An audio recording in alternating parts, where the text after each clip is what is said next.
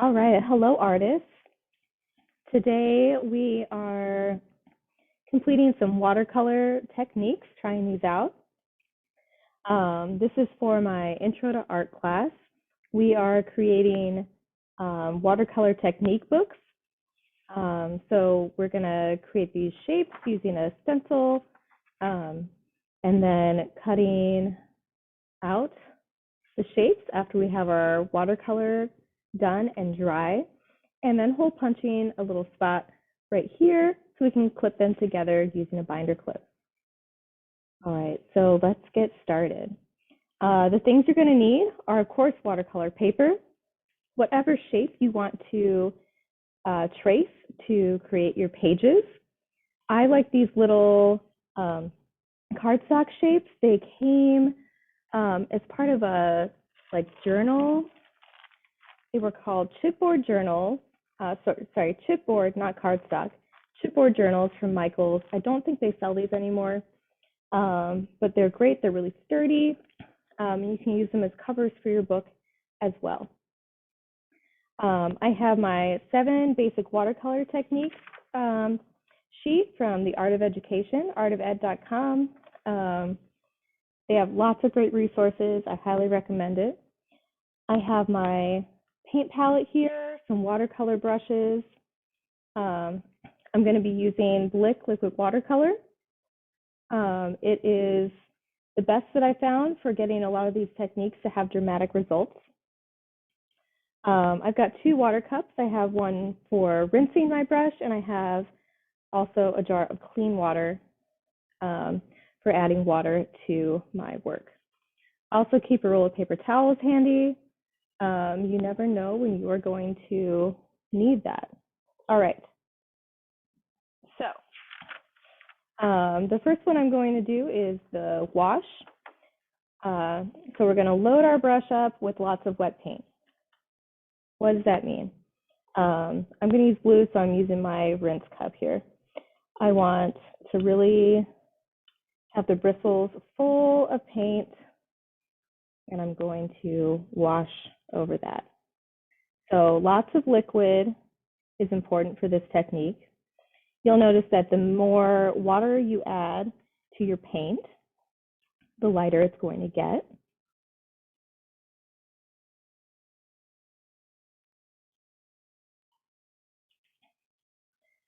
I do recommend diluting the liquid watercolors. You can use them straight out of the bottle, but I feel like they move better with a little water added to them. All right, so we've got our first one completed. All right, but we want to have more of these shapes. I find that on this size paper, I can get 4 of these to fit.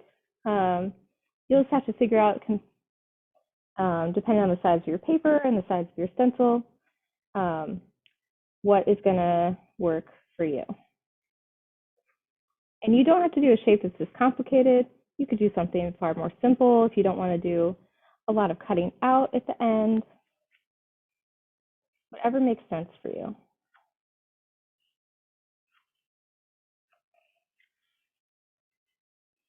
All right, and then just kind of like if you were figuring out how to do a cookie cutter on a rolled out piece of cookie dough, you're going to squeeze that in where you can. All right. So I'm going to be using this as a reference. So I want to make sure I'm going to write which technique is which piece. All right, so this one I'm going to do something called dry brush. This one I'm going to do salt. This one I will do blot. All right, so dry brush is kind of just what it sounds. So if you just have one brush, you can dry it off with some paper towel and be ready to go. So you want your brush to be totally dry, or at least mostly. If you squeeze the water out with a towel, you're probably good. And then I'm going to use some watercolor that's not super wet. So I'm going to use this stuff that's not too diluted and maybe resaturate some of this dried purple in this section. And so now this can be kind of like scratchy lines. You really want the brush, the idea is the brush is really showing what it can do. There we go.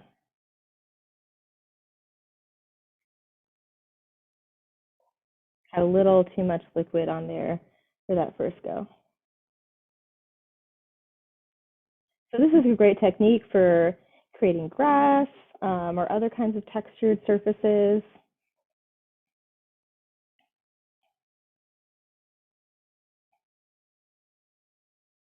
And do you have to be perfect when you're doing this practice? Absolutely not.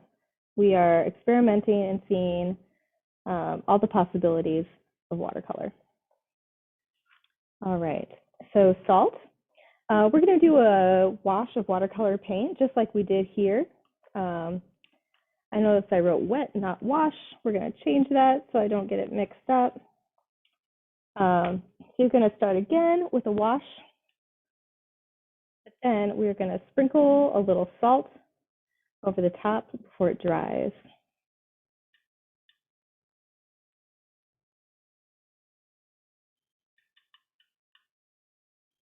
You can mix up your colors here. You can combine them, experiment with blending and color mixing. Then we need our salt. All right, and you don't need a lot.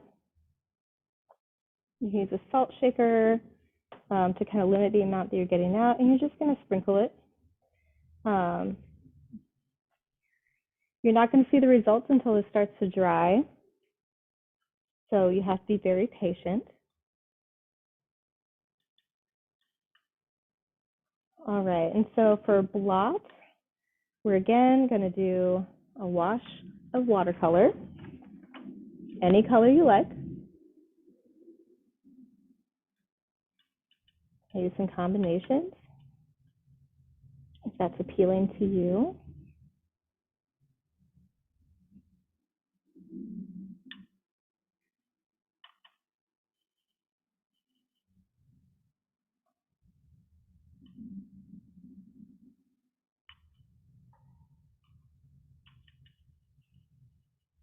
All right, and then for this, what we're going to do is we're going to take a little piece of paper towel, and you are literally just sliding up some of this color to reveal the white paper underneath. You can create some interesting texture for your work. It works best if the paint is still wet.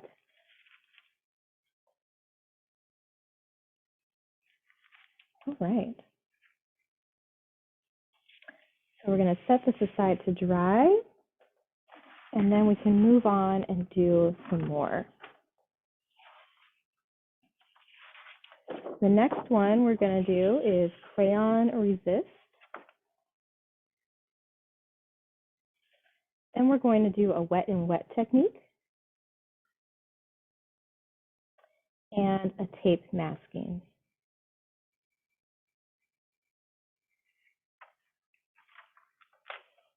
All right, so for the crayon, you just need any white crayon or a light colored crayon, and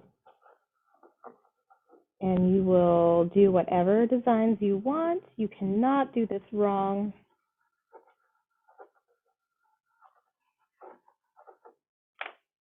All right, and then we're back to our watercolor wash over the top, and you'll see that the color will absorb into the paper where there is no crayon. But wherever you have that waxy surface, it has formed a barrier between the water and the paper, and you'll be left with that wet design. So pretty cool.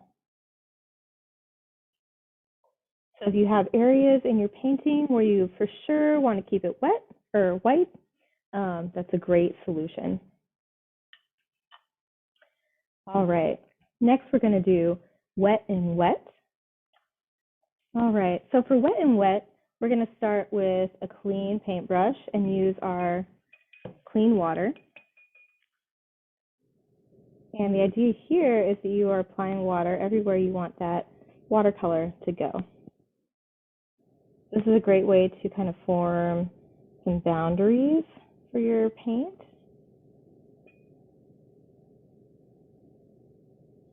You kind of see what happens here. So I'm leaving this part dry so we can kind of see the difference.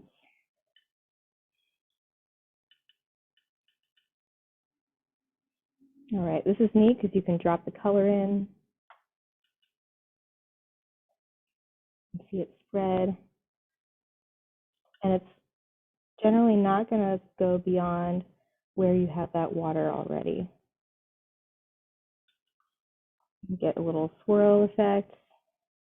Of course, that went beyond just because I was a little reckless with my paintbrush being loaded. We add water here, that can kind of open it up. But yeah, it ends up looking pretty different from the wash because you get these little swirls and these neat kind of pooling effects. You can keep adding to that. Maybe trying different colors and seeing how those work in this technique. All right. The last technique from our 7 basic watercolor techniques is going to be tape masking. So roll of regular old masking tape. If you have fancy artist masking tape, that is great. But we're just practicing using this as a resist. You can put it anywhere. There's not a wrong way to do this unless you cover it completely and don't have any space. And you can tear your masking tape into like thinner pieces, or maybe I want to keep this like weird ragged edge. You know, you can just experiment with it. Have fun. Art's supposed to be fun. All right. All right, so now we can add our color, whatever colors we want.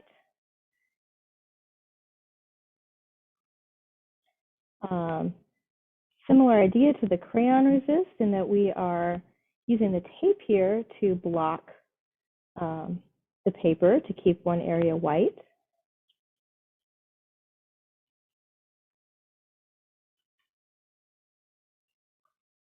After our paint dries, we can pull that tape up and see what kind of design we created.